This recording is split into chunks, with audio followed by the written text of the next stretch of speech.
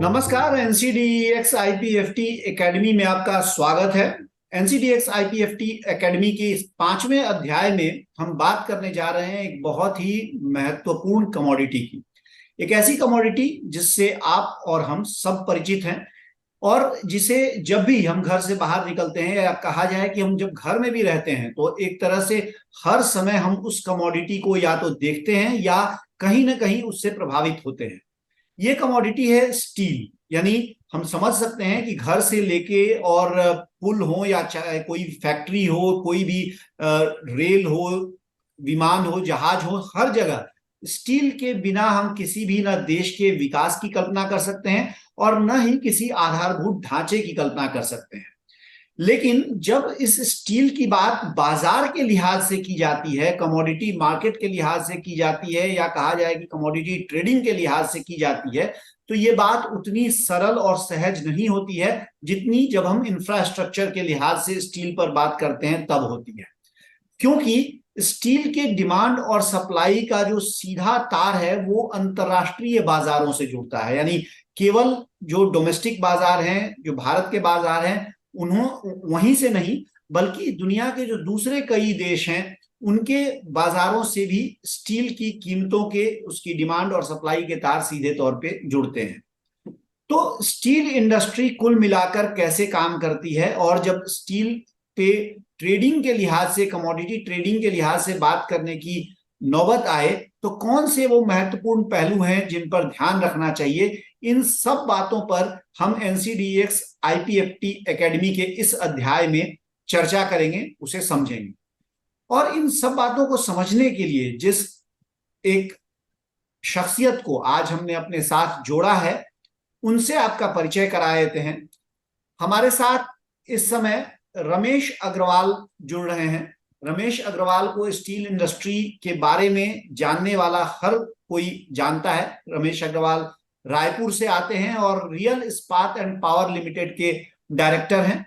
और कहा जाए तो स्टील इंडस्ट्री में जो सबसे बड़े कुछ नाम हैं उनमें रमेश अग्रवाल शामिल है। रमेश जी, बहुत बहुत स्वागत है आपका एनसीडीएक्स आईपीएफटी एकेडमी के इस 5वें अध्याय में। Thank you so much. Ramesh ji, हम बहुत बेसिक से शुरू करते हैं क्योंकि ये एकेडमी है और हमारा उद्देश्य यही है कि जो हमें देखने वाले हैं वो इस अध्याय को देखने के बाद, इस एपिसोड को देखने के बाद स्टील इंडस्ट्री के बारे में लगभग कहा जाए तो मोटे मोटे तौर पे वो हर चीज जान जाए जो उन्हें, जो बेसिक्स जानने की जरूरत है अगर वो स्टील ट्रेडिंग में या स्टील के कारोबार में आ रहे हैं। तो पहला सवाल मेरा आपसे यही है कि स्टील इंडस्ट्री में अगर प्रोडक्ट के लिहाज से बात करें तो क्या ब्रॉडर कैटेगरीज क्या है, मोटे मोटे कौन सी श्रेणियों में इसको हम बांट सकते हैं? बेसिकली स्टील इंडस्ट्री में जो फिनिश प्रोडक्ट की हम बात करते हैं, जो कस्टमर तक जाता है, वो जनरली दो कैटेगरी में होता है, एक लॉन्ग प्रोडक्ट और एक फ्लैट प्रोडक्ट। फ्लैट प्रोडक्ट में HR coil, CR coil, sheets, ये सब आते हैं जिसका इस्तेमाल ऑटोमोबाइल में और बहुत सारी जगहों पे होता है। और लॉन्ग प्रोडक्ट में एक सबसे मेजर जो कंपोनेंट है वो है टीएमटी या सरिया जिसको बोलते हैं। टीएमटी होता है, वायर रॉड है, स्ट्रक्चर जो है कोई भी प्लांट आज बनाने में स्ट्रक्चर की जो भूमिका रहती है, गर्डर, एंगल, चैनल, ये सब लॉन्ग प्रोडक्ट के रूप में आते हैं। तो बेसिकली ये दो कंपोनेंट के रूप में, long product and flat product. जी, भारत के बाजार की हम बात करते हैं क्योंकि जैसा कि मैं पहले भी कह रहा था, और अंतर्राष्ट्रीय बाजार बहुत महत्वपूर्ण है जब हम स्टील की बात करेंगे, लेकिन हम शुरुआत भारत के बाजार से करते हैं। उपभोग और उत्पादन, यानी जो कंजम्पशन है और प्रोडक्शन है, इन दोनों के लिहाज से भारत कहां पर खड़ा है, और बाजार के लिहाज से इसे आप कितना महत्वपूर्ण देखते हैं? भारत की बात करें स्टील प्रोडक्शन में तो लगातार इसमें बहुत अच्छी ग्रोथ है। जैसे इंडियन इकोनॉमी अभी वर्ल्ड में बहुत फास्टेस्ट ग्रोइंग इकोनॉमी में से एक है। हम 5th लार्जेस्ट इकोनॉमी है वर्ल्ड में अभी, और शायद बहुत जल्दी हम 3rd लार्जेस्ट इकोनॉमी भी हो जाएंगे आने वाले 5-7 साल में, जैसे प्रोग्रेस चल रही है उसके हिसाब से। जो वो है। स्टील की यदि बात करते हैं तो स्टील में भी हम जो है वर्ल्ड के सेकंड बिगेस्ट लार्जेस्ट प्रोड्यूसर्स हैं स्टील के। लगभग 7-8% के आसपास के एवरी ईयर का ग्रोथ अभी है, जो आने वाले समय में ऐसा लगता है कि और ज्यादा ग्रोथ रहेगा। लास्ट ईयर 22-23 की बात करें तो ये हमने जो क्रूड ऑयल का जो प्रोडक्शन किया है करीब 128 मिलियन टन का किया है। इंडियन टोटल वर्ल्ड में देखा जाए तो 1900 मिलियन टन के आसपास का स्टील का प्रोडक्शन होता है, जिसमें चाइना एक बहुत मेजर रोल प्ले करता है। चाइना नंबर 1 पे है, बट नंबर 1 पे भी उसका जो प्रोडक्शन है वो अबव 1000 मिलियन टन है। सेकंड नंबर में हम है इंडिया, जो 128 मिलियन टन है। और उसके बाद फिर जापान और बाकी सब कंट्रीज आती है जो लेस देन अराउंड 100 के आसपास में है। तो इंडिया का जो विजन है, अभी इंडियन गवर्नमेंट का भी जो विजन है वो यही है कि 2030 में 300 मिलियन टन क्रूड का प्रोडक्शन किया जाए। अब यदि 300 का टारगेट है, यदि हम 250 भी अचीव कर लेते हैं तो आज 128 से 250 मतलब ऑलमोस्ट डबल है। डबल के। ये कैपेसिटी जी की बात कर रहे हैं, ये कैपेसिटी का है जो इंडियन गवर्नमेंट का है कि कैपेसिटी आज की डेट पे 160 मिलियन टन का है हमारा जो है, वो उसको 300 मिलियन टन के करने की बात चल रही है। तो अपने आप में अच्छा अचीवमेंट रहेगा इसमें, हम जितने भी नजदीक पहुंच जाए तो। जी। अच्छा, प्राइसिंग की बात करें तो भारत में खास तौर से स्टील की प्राइसिंग में कौन कौन से महत्वपूर्ण कारक हैं, मेजर फैक्टर्स कौन कौन से हैं जो स्टील की प्राइस को प्रभावित करते हैं? मेजर 3-4 चीजें होती है स्टील में। जो बेसिक रॉ मटेरियल है स्टील के 3-4 है। आयरन ओर है, कोल है, कोकिंग कोल है जो प्राइमरी प्रोड्यूसर्स को लगता है, तो ये इन और स्क्रैप है। जनरली ये 3-4 चीजों को ग्लोबली इनका ट्रेंड कैसा चल रहा है उस पर डिपेंड करता है सारा स्टील मार्केट। क्योंकि अब जो है खाली इंडिया या कोई एक कंट्री अपने रेट्स पे वो नहीं टिक नहीं सकता है। ये ग्लोबल यदि चेंज होगा तो इंडिया को भी उसके साथ में प्लस या माइनस होना ही पड़ेगा। थोड़ा बहुत तो साथ में वो सस्टेन हो जाता है, बट ज्यादा मेजर चेंज यदि ग्लोबली हुआ तो उसका पार्ट, उसका इम्पैक्ट जरूर कंट्री में भी रहता है। तो ये 3-4 चीजों में जैसे भी यदि रेट अप होते हैं तो स्टील का मार्केट भी फिनिश भी अप होगा, ये डाउन होंगे तो ये डेफिनेटली इनका भी शेयर कम हो जाता है, रेट कम हो जाता है, प्राइसिंग जी उसी हिसाब से प्राइसिंग तय होती है। जी। जैसा कि आपने बताया सर कि चाइना का भी एक बड़ा मेजर, जैसे मैंने बताया कि चाइना लगभग वर्ल्ड के 50% स्टील का प्रोड्यूसर खुद अकेला है। जी तो चाइना का भी एक बहुत बड़ा इम्पैक्ट रहता है कि वहां प्राइसिंग क्या अप डाउन हो रहा है, उसका थोड़ा भी मूवमेंट यदि जो है उसका बड़ा इम्पैक्ट बाकी पूरे वर्ल्ड के सिनेरियो पे पड़ता है। इसी इसी सवाल को जो अभी अभी आपने कहा है थोड़ा और मैं चाहूंगा रमेश जी आप विस्तार से हमारे दर्शकों के लिए बताएं कि अ, जो अंतरराष्ट्रीय बाजार की कीमतें हैं, चीन का फैक्टर निश्चित तौर पे बहुत बड़ा है, लेकिन ये जी कोरिलेशन किस तरह से है, कैसे काम करता है? अगर वहां पे जैसे आप एक उदाहरण भी ले सकते हैं, अभी कोविड का जब समय था तो हमने देखा पूरे दुनिया की जो सप्लाई लाइंस थी वो छिन्न भिन्न हो गई थी। वहां पे लॉकडाउन के कारण चीन में क्योंकि खपत बहुत गिर गई थी, तो वहां के बाजार में जिस तरह के बदलाव होते हैं उससे किस तरह से हम निष्कर्ष निकाल सकते हैं ये समझने के लिए कि भारत के बाजार पर किस तरह से असर पड़ने वाला है? देखिए, चाइना में उनके पास कोल भी काफी है, आयरन ओर भी काफी है, पर उनका जो प्रोडक्शन है वो इतना ज्यादा है कि वो उनको इंपोर्ट भी करना होता है। आयरन और फाइन इंडिया से भी काफी इंपोर्ट है, पैलेट का, आयरन और फाइन्स का काफी एक्सपोर्ट चाइना को है। तो चाइना में यदि रेट्स अप होते हैं तो डेफिनेटली यहाँ से इमीडिएट यहाँ से एक्सपोर्ट चालू हो जाता है। और थोड़ा भी यदि 5-10% भी यहाँ से यदि क्वांटम एक्सपोर्ट होना चालू होता है तो उसका इमीडिएट इम्पैक्ट इंडियन मार्केट में उसका पड़ता है। ओवरऑल प्राइस की बात करें इंटरनेशनली तो ये जैसे मैंने बताया 3-4 चीजें हैं, स्क्रैप है या आयरन ओर है, कोल है, कोकिंग कोल है, इनके रेट्स पे पड़ता है। As good as well as मतलब जो है ना, साथ में ये लॉजिस्टिक कॉस्ट भी एक बड़ा इम्पैक्ट पड़ता है। कभी जो चीज का इंपोर्ट $15 में होता था वो $15 से कई बार वो $50-60 पहुंच जाता है। तो ये ह्यूज डिफरेंस आ जाता है इंटरनेशनल मार्केट में। इंटरनेशनल सिनेरियो जो है वो कभी भी किसी कंट्री में जो चेंज होता है, पर्टिकुलर कुछ कंट्रीज जिसका इम्पैक्ट, जैसे टर्की का है, टर्की से स्क्रैप का बहुत गहरा नाता है। कि टर्की का जो स्क्रैप का रेट है वो वर्ल्ड को में काफी इम्पैक्ट करता है। अब टर्की रशिया वॉर जो चालू हुआ उससे इम्पैक्ट है।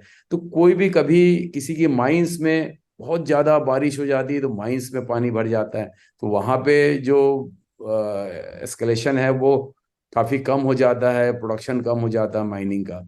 तो उस समय फिर रेट्स थोड़े मूव होते हैं। अभी जैसे हम देख रहे हैं थोड़ा रेट्स कंटिन्यूस थोड़ा सा डाउन डाउन में चल रहे हैं सब पूरे इसमें, इसलिए स्टील के रेट्स में भी जो है थोड़े अभी कमी है जैसा। तो इसका इम्पैक्ट, ओवरऑल इम्पैक्ट यही है कि बेसिक ये चार रॉ मटेरियल यदि नीचे जाते हैं, as good as well as मतलब ये अपना लॉजिस्टिक कॉस्ट वो भी, तो इसका इम्पैक्ट इंडियन मार्केट पे ही पड़ता है। अच्छा रमेश जी, स्टील के प्राइसेस जो है, steel as a commodity Bharat में सरकार से नियंत्रित नहीं है, डी कंट्रोल्ड है, लेकिन फिर भी हमने देखा है कि बहुत सारी ऐसी गवर्नमेंट पॉलिसीज हैं जो सीधे तौर पे स्टील की कीमतों को या कहा जाए कि डिमांड सप्लाई को भी उस पर असर डालती हैं। तो ऐसी कौन कौन सी चीजें हैं, कौन कौन से फैक्टर्स, कौन सी पॉलिसीज हैं जो स्टील के बाजार में जो है या जो उसके ट्रेडिंग में आना चाहता है उसको उस पर नजर रखनी चाहिए? जनरली देखा जाए तो डिमांड और सप्लाई सबसे बड़ी चीज है। यदि डिमांड अच्छी है तो रेट तो बढ़ेंगे ही, उसको कोई जनरली नहीं रोक सकता है। हम देखते हैं डिमांड कमजोर है तो नीचे जाने से प्राइस को कोई नहीं रोक सकता। ये जरूर है कि जब एक्स्ट्रॉर्डनरी, जब हमने देखा था एक साल पहले जब रेट बहुत ज्यादा बढ़ गए थे, तब उस समय जैसे इंफ्रास्ट्रक्चर के काम हैं या कोई स्टील कोई इंडस्ट्री लगा रहे उसके काम है या एक नॉर्मल घर भी बनाता है, जब बहुत ज्यादा 20-30-40% एक साथ बहुत शॉर्ट टर्म पीरियड में रेट बढ़ता है, तब उस समय बहुत सारी एजेंसीज, बहुत सारे एसोसिएशंस, बहुत सारे सबको काफी तकलीफ होती है। तो वो डेफिनेटली गवर्नमेंट के पास जाते हैं या गवर्नमेंट की जो एजेंसी है, स्टील मिनिस्ट्री है या है, उनके पास भी आता है कि भाई ये इतना ज्यादा जो एक्स्ट्रॉर्डनरी बढ़ रहा है उसमें ऐसा क्या हम करें कि थोड़ा उसमें रुकावट आ जाए। तब गवर्नमेंट कुछ उसमें एक्शन लेती है कि कभी एक्सपोर्ट ड्यूटी उन्होंने हटा दिया कि बाहर से इंपोर्ट हो जाए मटेरियल, तो उससे थोड़ा इम्पैक्ट पड़ जाएगा रेट पर कम करने का, या कुछ और दूसरे तरीके से वो ये करते हैं कि कैसे उसमें इम्पैक्ट कर जाए। बट जी। मेरा ऐसा मानना है कि मेजर डिमांड और सप्लाई की जो वो है वो उसको कोई क्रॉस कर नहीं सकता। डिमांड यदि अच्छी है तो डेफिनेटली रेट्स बढ़ते हैं, डिमांड कम है तो रेट्स कम होते हैं।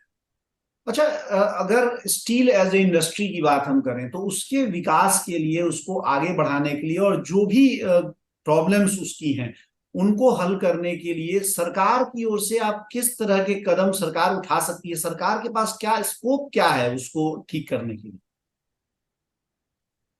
डेफिनेटली एक बहुत बड़ा इम्पैक्ट है कि इंडिया में जो पर कैपिटा कंजप्शन है स्टील का, वो अराउंड 75 टन के आसपास है। जो पहले 60 टन था वो 75 टन, 75 टन पर पर्सन है, 75 kg पर पर्सन है। यही यदि हम ग्लोबल बात करें तो ग्लोबल में ये 230 के आसपास है ग्लोबल एवरेज। तो इंडियन एवरेज अभी काफी कम है। यदि इंडियन गवर्नमेंट का विजन है कि इसको हम 150 kg तक ले जाएंगे 2030 तक, तो यदि ये होगा तो डेफिनेटली डिमांड बढ़ेगी। डिमांड यदि उतनी बढ़ेगी तो प्रोडक्शन कैपेसिटी अपनी होगी, सबको इंटरेस्ट आएगा प्लांट नए लगाएं।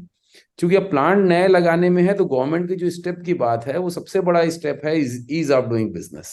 चाहे वो सेंट्रल गवर्नमेंट की बात करें या स्टेट गवर्नमेंट की बात करें, ईज ऑफ डूइंग बिजनेस हर बिजनेसमैन चाहता है कि उसमें थोड़ा सा चीजें इजी गोइंग हो, और धीरे धीरे स्टेप बाय स्टेप थोड़ा सा इसमें दोनों गवर्नमेंट का वो भी है। छत्तीसगढ़ की गवर्नमेंट की हम बात करें तो छत्तीसगढ़ गवर्नमेंट में अभी उन्होंने ये जो रिसेंट गवर्नमेंट है उनने एक स्टील पॉलिसी लाई है जिसके तहत छत्तीसगढ़ के 4 पार्ट में भाग के उन्होंने डिवाइड किया हुआ है, और एरिया वाइज जहां जो लगाएगा 60 to 150% तक का कैपिटल सब्सिडी दिया है। तो ये अच्छा बड़ा इंकरेजमेंट है लोकल इंडस्ट्रीज के लिए, बाकी दूसरे इंडस्ट्रीज के कि इस पीरियड तक में पर्टिकुलर उन्होंने पीरियड दिया हुआ है कि 31 अक्टूबर 2024 तक यदि प्रोडक्शन आता है जी तो आपको कैपिटल मिलेगी। तो ये सब इंसेंटिव्स और इनके है। At the same time ease of doing business एक बड़ा मैटर है, जिसमें जितना इजी होगा उतना प्रोडक्शन बढ़ेगा, नए इंडस्ट्रीज आएंगे, नए प्लांट्स लगेंगे। और उसके लिए सबसे इम्पोर्टेंट है कि वो डिमांड जनरेशन बढ़ना चाहिए। तो गवर्नमेंट का फोकस है कि स्टील से रिलेटेड चीज़ों पे कैसे ज़्यादा फोकस किया जाए और उसका हम डिमांड को कैसे बढ़ा सकते हैं। स्टील के जी ब्रिजेस बना रहे हैं, स्टील के हाउसिंग में स्टील को ज़्यादा कर सकते हैं, कहाँ कहाँ दूसरे वुड को स्टील से रिप्लेस करना, किसी भी चीज़ को स्टील से रिप्लेस करना, ये गवर्नमेंट की एजेंसीज इसमें काम कर रही हैं इसके डिमांड को आगे बढ़ाने के हिसाब से। जी। वैल्यू चेन पार्टिसिपेंट्स के लिहाज से स्टील को कितना वोलेटाइल कमोडिटी आप देखते हैं? एक चीज मैं जो इसमें ग्रोथ की बात कर रहा था, उसमें एक बड़ा जो हर्डल दिखता है वो है एक लॉजिस्टिक का। लॉजिस्टिक एक काफी बड़ा, मतलब इंडियन मार्केट की बात करें तो अभी जो कैपेसिटी है उसको कैरी कर पाना, चाहे वो रेल मोड हो, रोड मोड हो या वाटरवेज हो, तीनों में सबसे इम्पोर्टेंट है एक्चुअली रेल वाला पार्ट जो है। तो उसमें अभी भी मतलब जर्नी उतनी आसान नहीं है जितनी कैपेसिटी है। और आगे जो कैपेसिटी ग्रोथ हम देख रहे हैं, तो गवर्नमेंट को चाहिए कि उससे पहले ही उसको प्लान करके उतना इंफ्रास्ट्रक्चर रोड का, रेलवे का और वाटरवेज से भी आजकल चालू हुआ है जो ट्रांसपोर्ट, ये तीनों मोड को बहुत स्ट्रॉन्ग करने की जरूरत है, ताकि लॉजिस्टिक कॉस्ट कम हो तो हम ओवरऑल कॉस्ट को हम कम कर सकते हैं। ये जी बहुत इंपॉर्टेंट है। जी जी बिल्कुल। रमेश जी, वापस मैं अपना सवाल दोहराता हूं कि मेरा सवाल ये आपसे है कि क्या आपको लगता है कि स्टील प्राइसेस में वैल्यू चेन पार्टिसिपेंट्स के लिहाज से वोलेटिलिटी बहुत ज्यादा होती है, और ऐसे में अगर वोलेटिलिटी ज्यादा है तो उससे बचने के लिए, उसको उसको मैनेज करने के लिए और साथ ही मार्जिन्स अपना प्रोटेक्ट करने के लिए आपकी ओर से जो स्टील इंडस्ट्री है उसके लिए क्या मैसेज है? बहुत इंपॉर्टेंट रोल है डेफिनेटली। वैल्यू चेन का बहुत इंपॉर्टेंट रोल है कि भाई कोई भी एक सामान्य ट्रेडर है, एक छोटा ट्रेडर है या बड़ा ट्रेडर है या कोई इंडस्ट्री वाला है, कोई भी है, सभी लोग अपना एक रॉ मटेरियल की सिक्योरिटी करते हैं। या फिनिश खरीदना है, उसको इतने दिन तक स्टॉक रखना है, या प्रोडक्शन के लिए, जैसे इंडस्ट्री की बात करें इंटीग्रेटेड स्टील प्लांट में, तो आयरन और कोल खरीदने से लेके फिनिश बनने तक में ओवरऑल में 1.5-2 महीने का पीरियड है। तो वो 1.5-2 महीने, या स्क्रैप कहीं से कोई लेके आ रहा है, जो ऑर्डर दे रहा है वहां से शिप से इंपोर्ट कर रहे हैं और आके प्रोडक्शन हो रहा है, ये 2 से 3 महीने के बीच का पीरियड है। या छोटे इसमें बात करें, ट्रेडर्स की बात करें, तो उसमें पीरियड छोटा हो जाता है कि 15 दिन का है। बट इतनी ज्यादा वॉलेटाइल मार्केट है कि वो 15 दिन के मार्जिन में भी जो प्लस माइनस होता है उसको मेंटेन कर पाना या उसमें अपने आप को सेफ रख पाना टफ है। तो इसको डेफिनेटली इसमें कोई प्रॉपर कोई ऐसा रिप्लाई तो है ही नहीं कि इसको कैसे काम ठीक किया जाए। ये अपने आप में एक एक्सपीरियंस बहुत बड़ा चीज होती है कि आपकी स्टडी कितनी अच्छी है, मार्केट ओवरऑल ग्लोबल कहाँ चल रहा है, लोकल मार्केट कहाँ चल रहा है, इंडियन मार्केट कहाँ चल रहा है, क्या किस डायरेक्शन में आगे क्या विजन हो सकता है। बाकी प्राइस को कंट्रोल करना वरना तो सिर्फ ऊपर वाले के हाथ में है। तो कोई इसमें बहुत ज्यादा स्टडी भी कई बार काम नहीं आ पाती है। डेरिवेटिव्स मार्केट का आप कितना रोल देखते हैं रमेश जी? इस जो वोलेटिलिटी की बात कर रहे हैं आप, जिस प्राइस रिस्क की बात कर रहे हैं, उसको हेज करने में डेरिवेटिव्स मार्केट की कितनी भूमिका आपको लगती है? ये डेफिनेटली एक सेफ अपने आप को प्ले करना हो तो जो हेजिंग मार्केट है, फ्यूचर ट्रेडिंग मार्केट है, वो एक इम्पॉर्टेंट रोल प्ले करता है, जो वर्ल्ड वाइड चलता है और सभी जगह चलता है, मोस्ट ऑफ द कंट्रीज में ये चलता है। हालांकि इंडिया में इसका काफी जो इंडस्ट्री वाले ट्रेडर्स विरोध भी करते हैं कि ये जो डेली बेसिस पे जो मार्केट चलता है इसके प्राइजेस को इम्पैक्ट करता है, ये इसका जो रोल है बड़ा इंपॉर्टेंट रोल है करके, इसलिए इसको बंद करने की भी डिमांड करते हैं। काफी एसोसिएशन की तरफ से इसकी डिमांड आती रहती है। बट मेरा मानना है तो ये तो वर्ल्ड वाइड है, चलता है कमोडिटी एक्सचेंज, और ये सेफ अपने आप को करने के लिए एक इम्पोर्टेंट रोल है। डिपेंड ये करता है कि कौन इसको किस ढंग से यूज कर पाता है। जी। किसी भी मार्केट के बहुत सक्षमता से एफिशिएंटली वर्क करने के लिए प्राइस इंफॉर्मेशन डिसेमिनेशन का बड़ा महत्व होता है। और ऐसे समय में जबकि आज इंटरनेट का जमाना है, सोशल मीडिया है और हर किसी के हाथ में स्मार्टफोन है, आपको क्या लगता है, खास तौर से जिस डेरिवेटिव्स मार्केट की भी जो हमने बात की, वहां भी एक मूल उद्देश्य यही है कि एक प्राइस बेंचमार्किंग है जो सबके सामने होता है।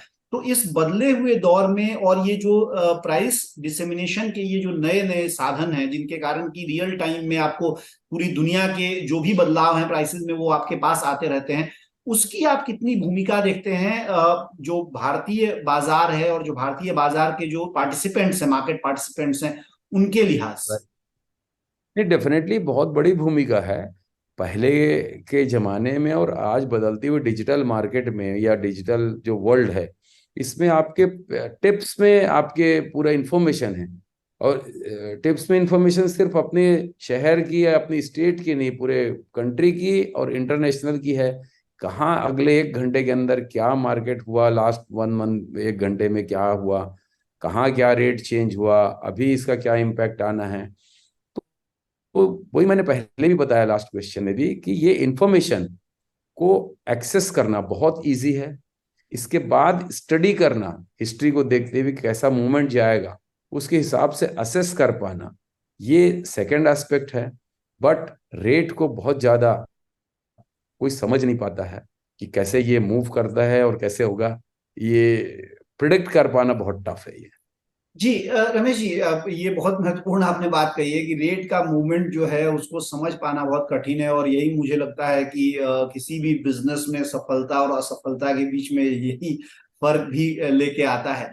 तो ऐसे में जो जो नोवाइस हैं या जो कहा जाए कि जो न्यू एंट्रेंट्स हैं, मार्केट पार्टिसिपेंट जो नए लोग आ रहे हैं, उनके लिए जो नेशनल लेवल का एक रेगुलेटेड प्लेटफॉर्म अगर कोई मिलता है जिसमें कि निश्चित तौर पे जो डेरिवेटिव्स मार्केट है वो भी एक उसका हिस्सा है, इस तरह के और भी प्लेटफॉर्म हो सकते हैं, तो उनकी कितनी बड़ी भूमिका हो सकती है इस पूरे बाजार को डेवलप करने में और प्राइस डिस्कवरी में?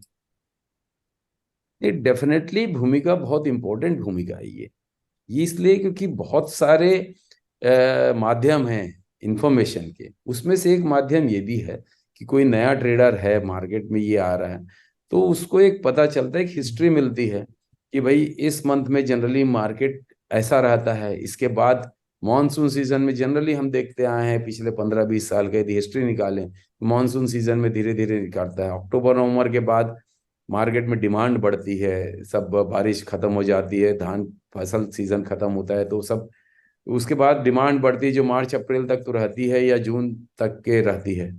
तो ये एक नॉर्मल टेंडेंसी है।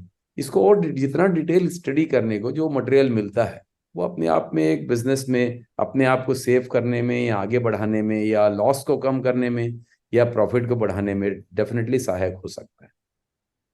जी रमेश जी, बहुत बहुत धन्यवाद आपका। आपने ये सारी जानकारियां हमारे जो दर्शकों को दी हैं। मुझे पूरा विश्वास है कि इस करीब 20 मिनट के इस कैप्सूल को देखने के बाद जिस किसी को स्टील इंडस्ट्री के बारे में कोई जानकारी नहीं होगी उसको भी एक फेयर आइडिया हो जाएगा कि कौन कौन सी ऐसी बातें हैं स्टील इंडस्ट्री से जुड़ी हुई जिन पर ध्यान में जिनको रखना चाहिए और जिन पर ध्यान में रख के आगे वो बाजार में अपने प्रयोग कर सकता है, या कहा जाए कि अपने अपने जो एक तरह से अपने एंट्रेंस को सुरक्षित कर सकता है। बहुत बहुत धन्यवाद आपका। धन्यवाद जी, बहुत बहुत धन्यवाद। Thank you. ये थे रमेश अग्रवाल रायपुर से, जो रियल इस्पात एंड पावर लिमिटेड के डायरेक्टर हैं और इस्पात इंडस्ट्रीज का एक जाना माना नाम है, जिनसे हम बात कर रहे थे आज एनसीडीईएक्स आईपीएफटी एकेडमी के 5वें अध्याय में स्टील के बारे में। छठे अध्याय में हम एक बार फिर आएंगे आपके पास एक नई कमोडिटी और बाजार का एक नया कॉन्सेप्ट लेके। जो पिछले हमारे अध्याय हैं उनका लिंक भी आप नीचे के डिस्क्रिप्शन में पा सकते हैं। और इस एकेडमी का हमारा जो उद्देश्य है वो यही है कि आपको कमोडिटी मार्केट से जुड़े विभिन्न पहलुओं के बारे में ज्यादा से ज्यादा जानकारी तटस्थ तरीके से मिल सके। दीजिए मुझे अभी अनुमति। लेकिन मैं लौटूंगा फिर अध्याय 6 में एक नई कमोडिटी की बात। बहुत बहुत धन्यवाद।